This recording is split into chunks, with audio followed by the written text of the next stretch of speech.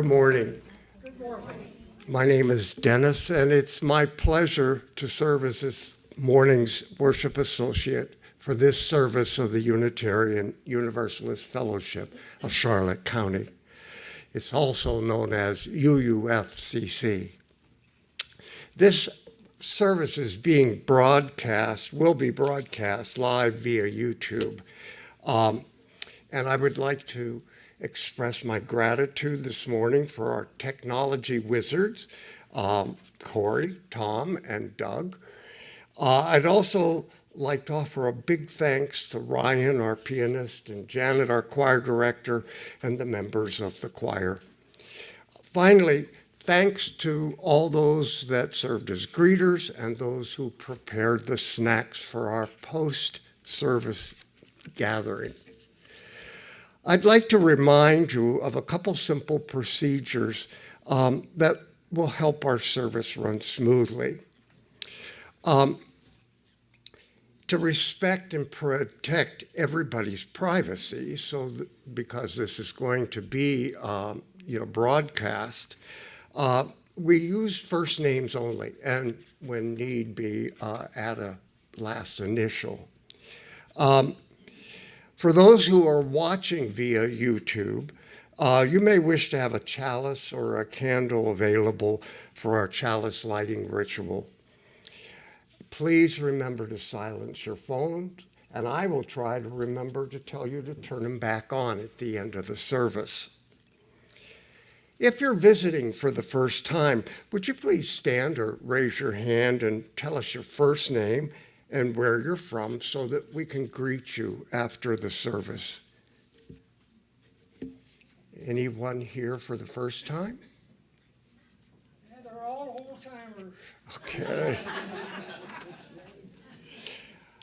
We are a progressive and inclusive spiritual community. We value the free and responsible search for truth and meaning and offer a caring and diverse religious community guided by reason, conscience, and compassion. We encourage intellectual inquiry, foster growth, and prompt social justice and environmental responsibility. Our welcome is genuine. And now we'll have a musical prelude from Ryan.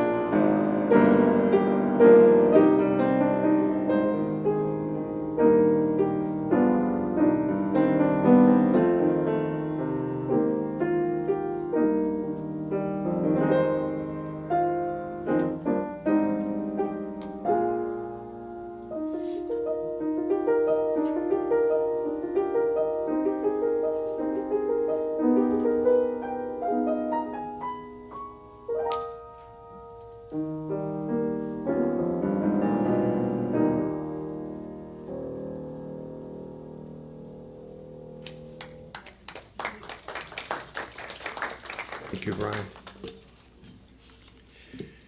The lighting of the chalice is a ritual that unites Unitarian Universalists everywhere. It is a symbol of so many of our values: love, guidance, courage, sacrifice, illumination, passion, and the light of community. No single interpretation is sacrosanct over the others. Like our faith, they are all inclusive and accepted. And now as Robert comes forward to light our flame, please join me in reciting the chalice lighting recitation that's in your order of service. Love is the spirit of this fellowship, and service is its law. This is our aspiration, to dwell together in peace, to seek truth in love, and to help one another. And now, if you will rise, please, to sing our first hymn, number 134, Our World is One World.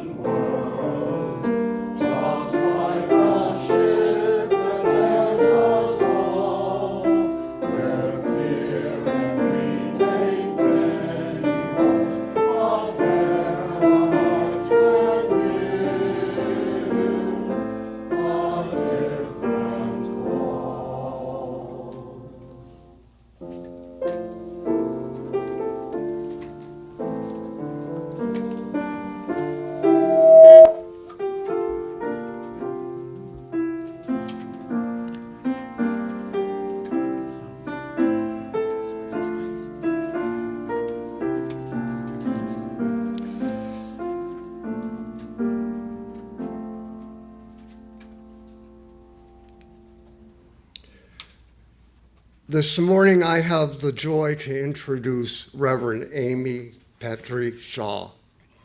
She was born in Kentucky and raised in a rural area where she spent her formative years blissfully poking things with sticks and falling into creeks and being bitten and stung, pinched, or chased by random samples of local wildlife.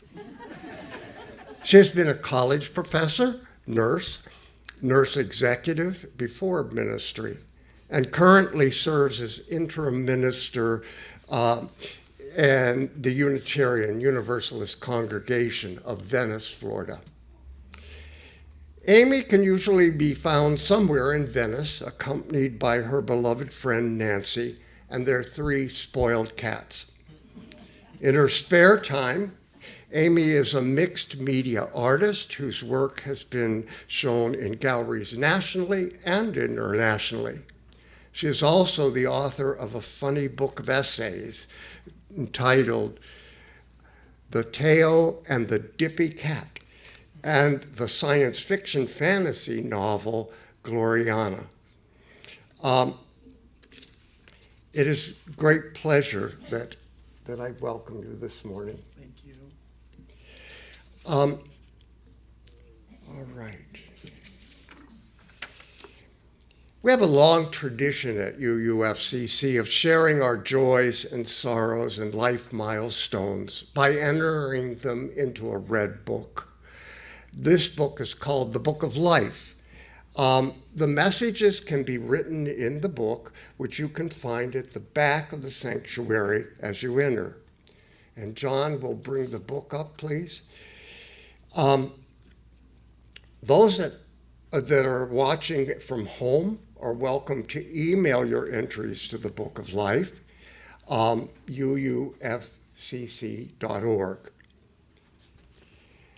All entries will be read by the worship associate during the Sunday morning service, and after that, email messages will be entered into the actual red book. After I've completed reading, we will enter into a moment of silence, followed by a meditation read by Reverend Amy, and then sing Spirit of Life.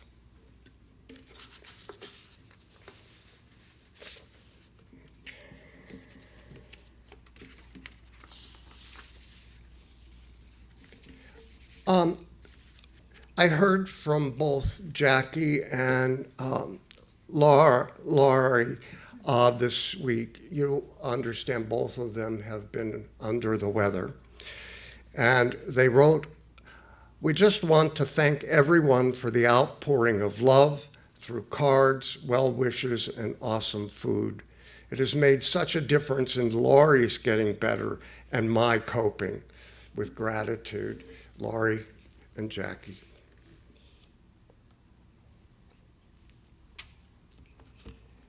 And here is a really special one. George and Alice Clattenburg will be leaning on us at the end of the month. They will be leaving us at the end of the month. They are here this morning. Wish them well.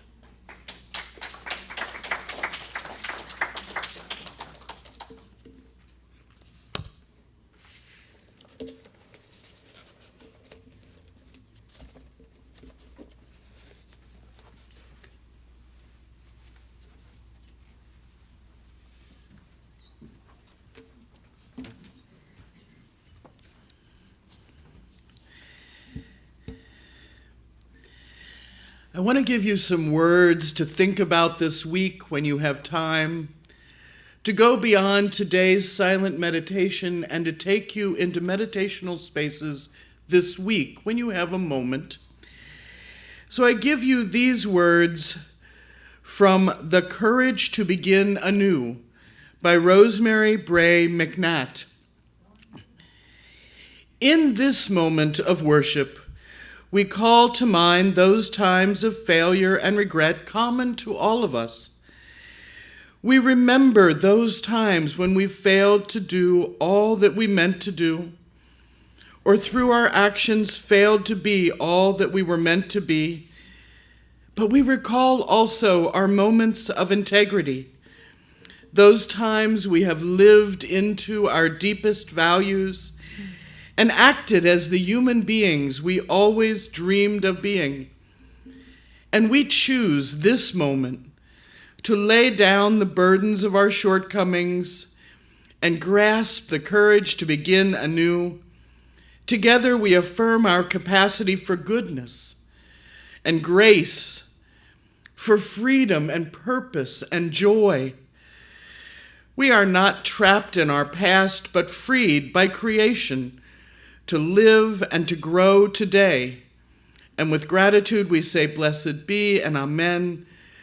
So with these words in mind, please join me in 1 minute of silent meditation, thought, or prayer.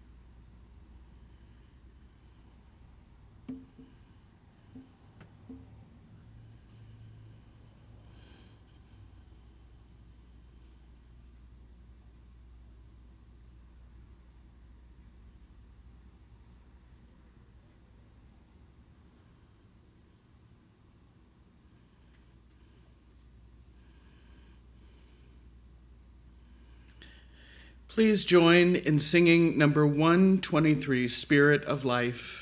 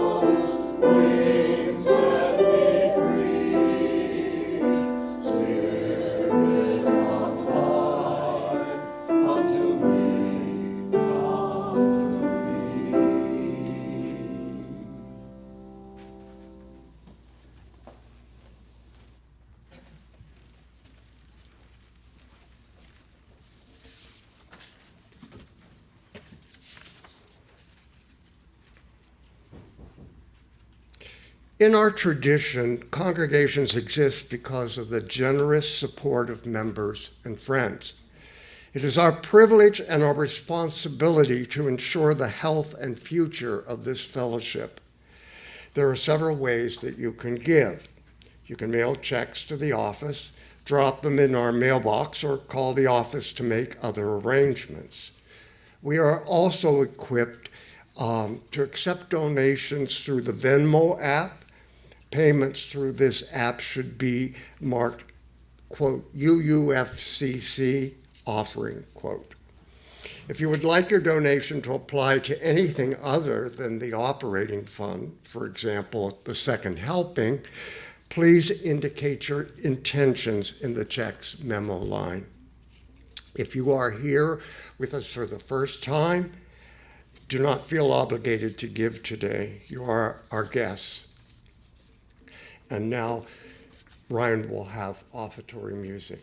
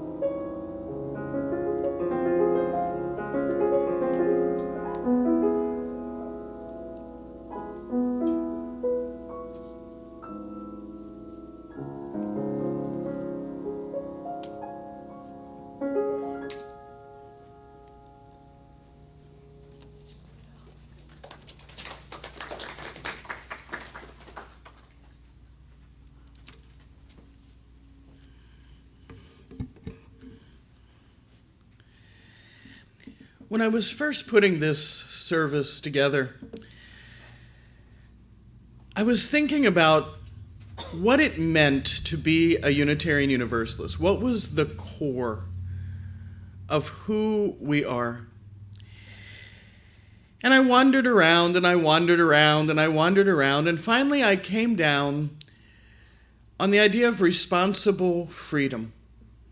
Responsible freedom. We're responsible for our beliefs, for our thoughts, for our own search for truth and meaning. And it has to be our own. It can't be someone else's. Unlike almost every other religion on the planet, we don't get handed this. And when I went looking for readings, I thought, of course, of Emerson, who is beloved by so many. Ralph Waldo Emerson was a great American essayist and poet and a transcendentalist. And he kept a journal most of his adult life. So we know what he thought about an amazing number of things. And one entry of his has always stuck with me. This is our first reading today. These are his words. I will not live out of me. I will not see with others' eyes. My good is good, my evil ill. I would be free. And I cannot be while I take things as others please to rate them. I dare attempt to lay out my own road. That which delights myself shall be good. That which I do not want, indifferent, and that which I hate is bad. That's flat. Henceforth, please God, forever I forego the yoke of men's opinions. I will be light-hearted as a bird and live with God. And later he finished that thought, and he wrote, make your own Bible. Select and collect all those words and sentences that in all your reading have been to you like the blast of a trumpet out of Shakespeare and Seneca and Moses and John and Paul. And I thought, is this not UUism in a nutshell? I will be free. Now, not ridiculously, randomly free. We're not yelling fire in a crowded theater. But we are taking for ourselves the right to say, in this I believe, and in this I do not. So when I went looking for a second reading, I thought, can I find something that is more contemporary, that speaks to that exact same issue? And there's a lovely California poet named Ellen Bass. Some of you may know her, some of you may not. She is definitely worth looking up if you don't know her. Her work is stunning. And this is her poem. It's called Pray for Peace. Pray to whoever you kneel down to. Jesus nailed to his wooden or marble or plastic cross, his suffering face bent to kiss you. Buddha, still under the bow tree in scorching heat. Adonai, Allah, raise your arms to Mary that she may lay her palm on our brows. To Shekinah, Queen of heaven and earth. To Inanna in her stripped descent. Hawk or wolf or the great whale, record keeper of time before, time ahead, time now, pray. Bow down to terriers and shepherds and Siamese cats, fields of artichokes and elegant strawberries. Make the brushing of your hair a prayer. Every strand its own voice singing in the choir on your head. As you wash your face, the water slipping through your fingers, a prayer. Water, softest thing on earth, gentleness that wears away rock. If you're hungry, pray. If you're tired, pray to Gandhi and Dorothy Day, Shakespeare and Sappho, Sojourner Truth. Pray to the angels. Pray to the ghost of your grandfather, which with each breath in, take in the faith of those who have believed when belief seemed foolish, who persevered. With each breath out, cherish. Pull weeds for peace. Turn over in your sleep for peace. Feed the birds for peace. Each shiny seed that spills into the earth, another second of peace. Wash the dishes. Call your mother. Drink wine. Shovel leaves or snow or trash from your sidewalk. Make a path. Fold a photo of a dead child around your Visa card. Gnaw on your crust of prayer. Scoop prayer water from the gutter. Mumble along like a crazy person, stumbling your prayer through the streets. And the first time I read that, I went, wow, she's talking to us. She's talking to us, to the Unitarian Universalists of the world, whether you know it or not. Only you get to say, what is a prayer? And your life should be that prayer. And so I found these readings and I started thinking through my sermon, what would I say about this? And I went back and I did a bunch of reading. And I got fascinated by the place where the Unitarians and the Trinitarians diverted from one another. I said, okay, let me do some reading about this. Why are we uni and they are trini? Where'd that come from? Where do they find it? And I started digging, and I, of course, learned this in seminary and dug out my books and dug out my notes. And believe it or not, the place where Unitarian and Trinitarian split from one another is right at the beginning. In the beginning was the Word, and the Word was with God, and the Word was God. He was with God in the beginning. That's John 1, 1 through 1:2 of the Christian Bible. This idea that there's a thing called the Word.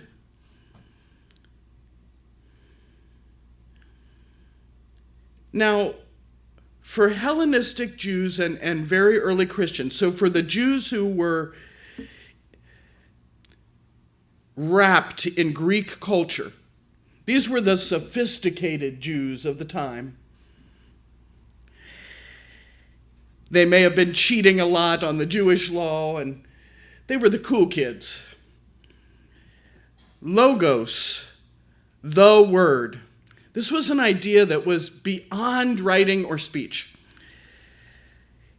It was some kind of co-creator with God. It was the agency of God, the part of God, the Christian God, that could talk to you without you blowing up.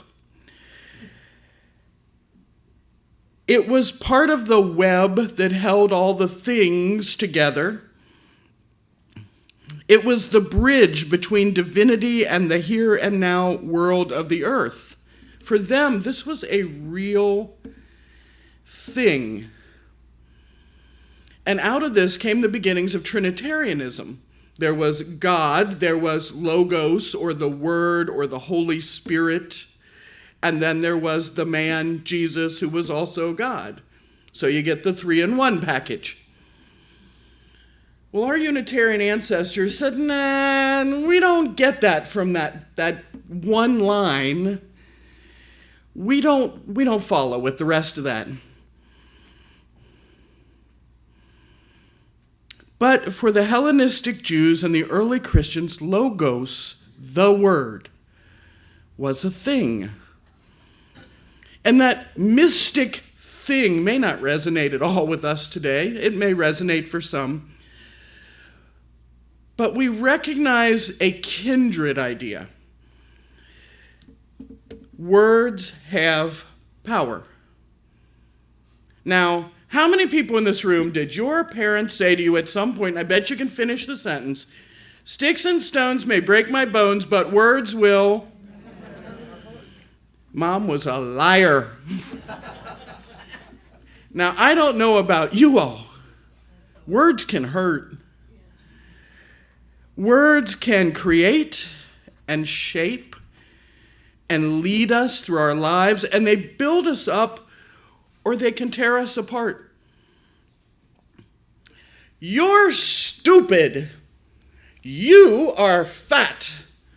You are not wanted here. You are beautiful. You are beloved. You are welcome. Enter, rejoice, come in. You are welcome among us. Those words matter. And words can go astray, and they can go astray badly. They can be misheard, mistranslated, simply mistaken. Heck, yesterday I had to ask my partner Nancy. I was looking at a recipe online, and as some of you may know, I am hearing impaired. And the woman was making the recipe very quickly, and she said, oh yeah, in this recipe, we need eggs and mirin and something. And I sat there for a moment, and I said, did she just say eggs and urine? And there was a long, very hesitant moment where I wasn't sure I wanted to know any more about this recipe. Words can go astray. When I was growing up, we were Anglican, and my mother was responsible for unlocking the cabinet at church where the communion things were kept. It was a very old church, and she alone carried the key, and you can hear the capital letters, because the key was over 100 years old, and it was the only one. And one Sunday, my younger sister Tracy and I were more fussy than usual. And Mom got so distracted as she hurried us into the church, still holding the toys that we had in the car, that she really didn't keep track of what she was doing. And we sat down, and Tracy reached around me, and she grabs Mom's purse to rummage in. And as the service begins, my mother realized she had forgotten to unlock the cabinet with the communion things.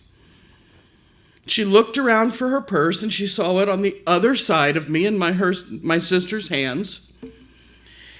And thinking very quickly, she poked me and hissed, "Tell your sister to put the key in the offering plate."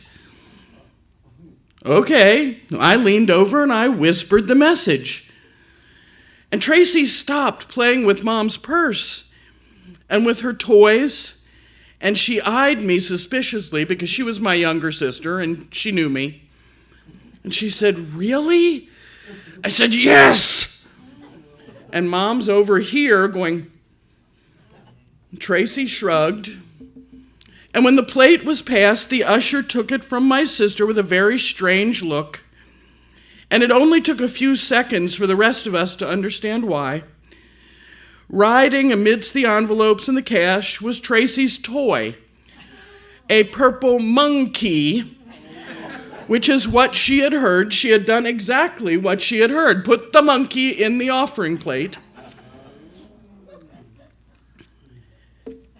Words have power, and not just the power to get a small, goofy child in trouble. They have power to shape the world, and maybe the most powerful words of all are those we consider sacred.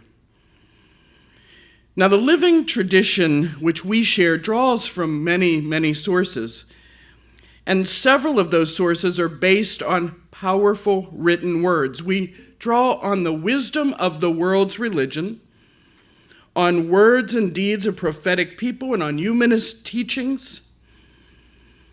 And when we start our free and responsible search for truth and meaning, those words are all there for us to explore. They give us a starting point, unlike other religions where they are the end point. But, and there's always a but, our search is our own. As a Unitarian Universalist, you don't get handed any text as truth written down in stone. No minister is going to tell you which text is right for you, if any. And only you get to decide if the writer meant a key or a monkey or something totally different. We don't share a creed or a belief system, not even a fortune cookie that says you are here. We give you a library card and say, good luck with that. We are the people of burning questions. So my question is this: how do we take those powerful written words that others hold as sacred and make them ours? Some of you may know about Thomas Jefferson and the story of his Bible. It gives us some ideas about one way to do this. Now, Jefferson's approach to Holy Word shows the value he placed on personal truth and meaning. In 1804, at a time where being a Christian was seriously important if you wanted to be anyone in society, and a holy book was truly regarded as a sacred thing, Jefferson bought Christian Bibles in English and Greek and Latin, and he sat his little tuchus down in the freshly expanded White House, and he opened the books, preparing not to pray or to preach, but to cut.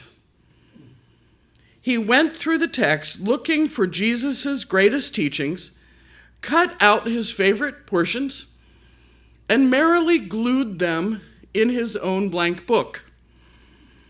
When he was finished, he had created a short work he called The Philosophy of Jesus. He never intended it to be shared.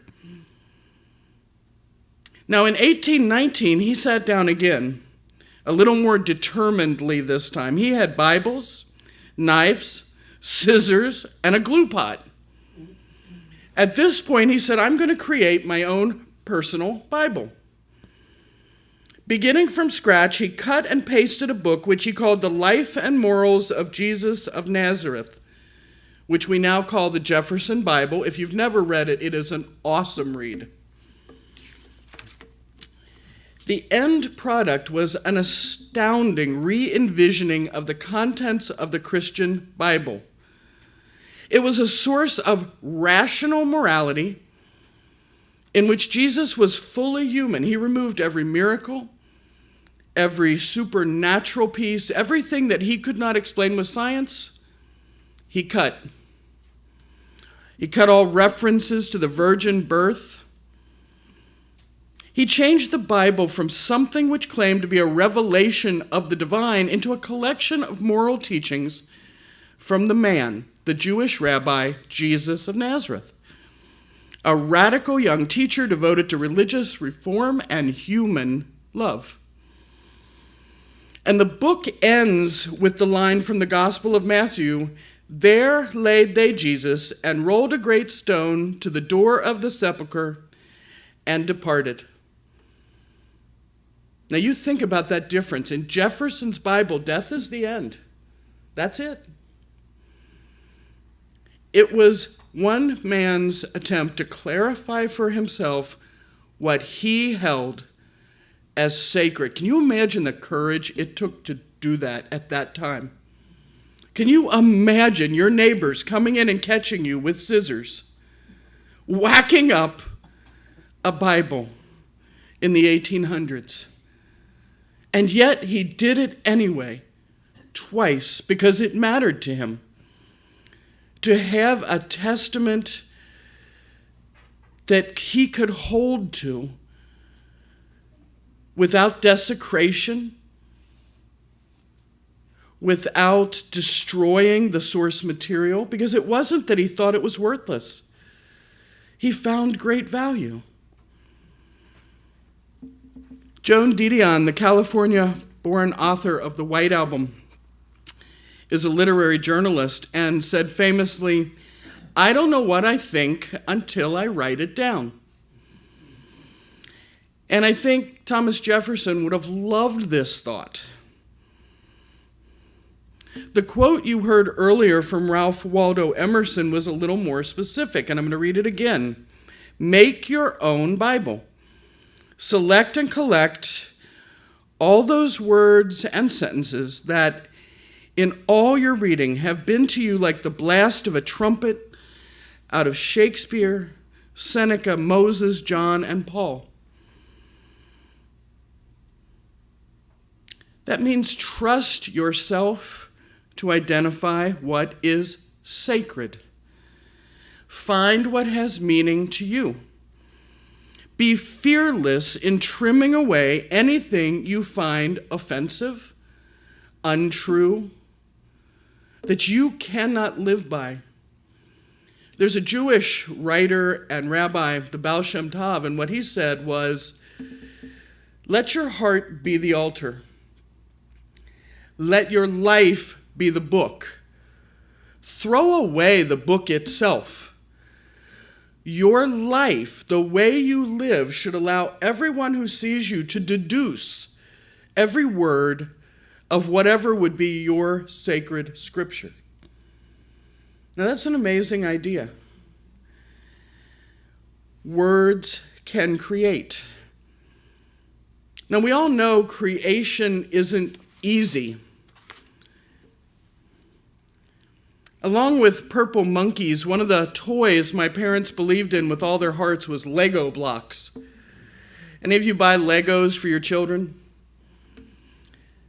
They got popular in the late 60s, early 70s. They're a monster if you step on them. And I can tell you with complete honesty, each of us children had 5 million bazillion Legos. I think they mate at night. I had Legos in red and white and green and yellow, ones that came in 500-piece boxes, some kinds of strange skinny ones that I tried using as popsicle sticks. And with these weird plastic bits, I could build houses and castles and roads and dinosaurs. Joe and Paul left them laying on the floor. I learned the pain of stepping on them in the dark at 3 a.m. And then somebody bought me a Lego kit. Now, Lego kits were in their infancy. This is in the early 70s. It was a Lego dollhouse with furniture. And it came with instructions and a picture on the box to show you exactly what it was supposed to look like so that you knew when you had screwed up beyond all belief. And I spent a day building it, and then a few hours actually reading the instructions, and then another day building it correctly. And when it was done, I remember staring at this thing in utter dismay. I hated it. I absolutely hated it. I had followed every direction. I had built what someone at Lego felt should be every little girl's dream. I absolutely hated that color-coordinated little thing. So I took it all apart again. I went and had a snack, and I went out and played for a while, and I thought. And then I came in, and I got out the rest of my Legos. And I borrowed a few pieces from Joe and Paul. and I stole the front half of Tracy's Lego boat. And I added a few more stories, and I took out the weird window in the front, and I mixed up the colors in the wall, and then I turned the boat into a garage.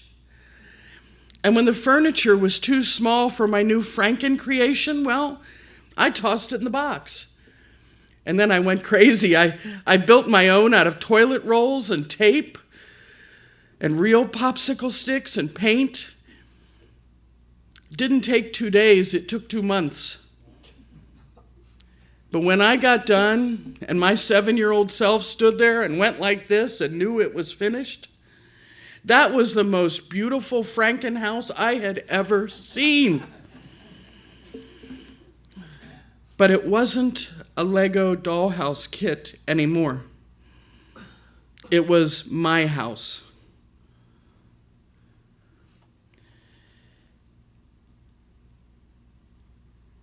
What I would say to you is gather together your own Legos, not made out of plastic, but of words and pictures and the beginnings of thoughts.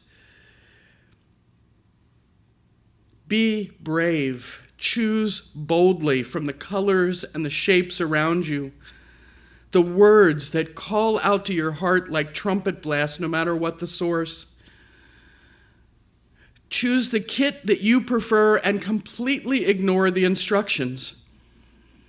Repurpose your sister's boat, your cousin's gas station, some guy in the subway's windows. If you're an atheist and you love the sound of the Lord's Prayer on your tongue, recite it as poetry. If you love the sound of the Christmas carols, absolutely sing them. If you grew up with the Jewish prayers and you were just dying to hear Baruch atah Adonai, you sing it. Take the pieces that speak to your heart. From time to time, even feel a bit of pain as you step on a bit. Ideas that are so sharp they make you wince and reconsider. Tear it down. Build it again.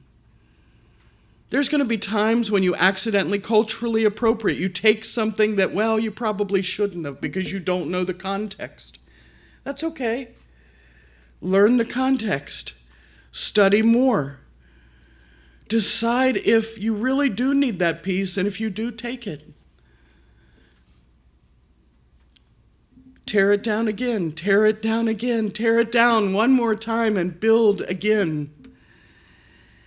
Logos or Legos, sacred words or building blocks.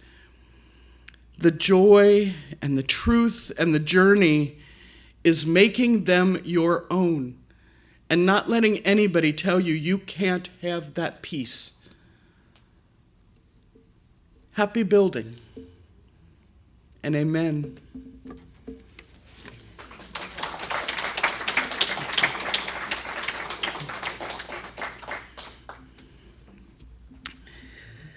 I'm going to ask you to join me bravely and standing as you are willing and able and singing number 1017 in the Teal hymnal, Building a New Way.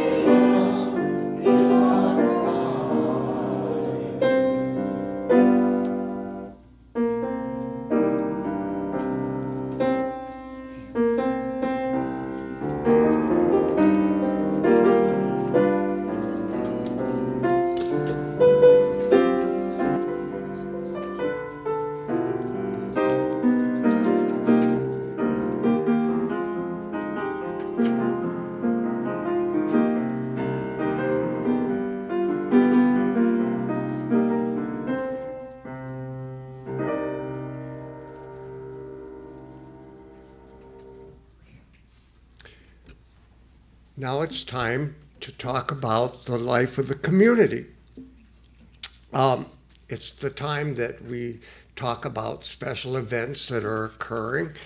And typically when I prepare for this, I go to the weekly updates. Well, lo and behold, if you turn your order of service over, there it is. We have a whole month right before you. So that's it. That's the life of the community this morning. And now I'm going to ask Reverend Amy to deliver the benediction, followed by extinguishing the chalice, and then we'll close with hymn number 1057.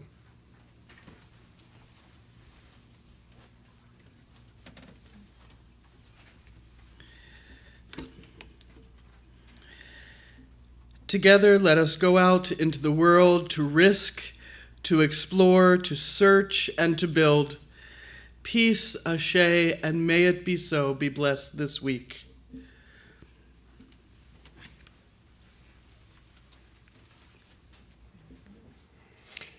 And now if you would join with me in the recitation as Robert comes forth to,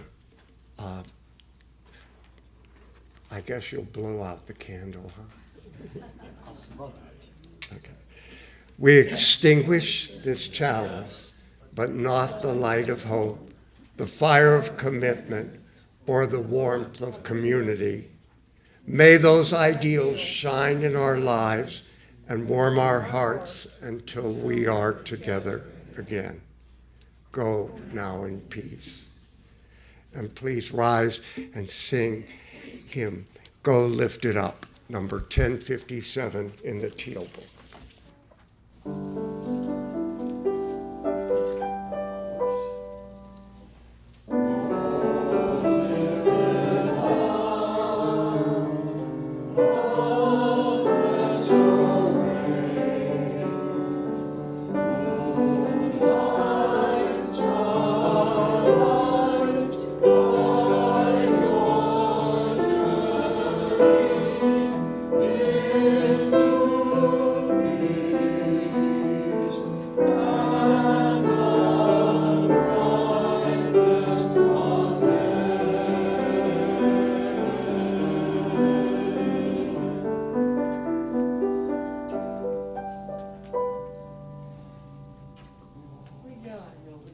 Please remember to turn your phones back on. Thank you.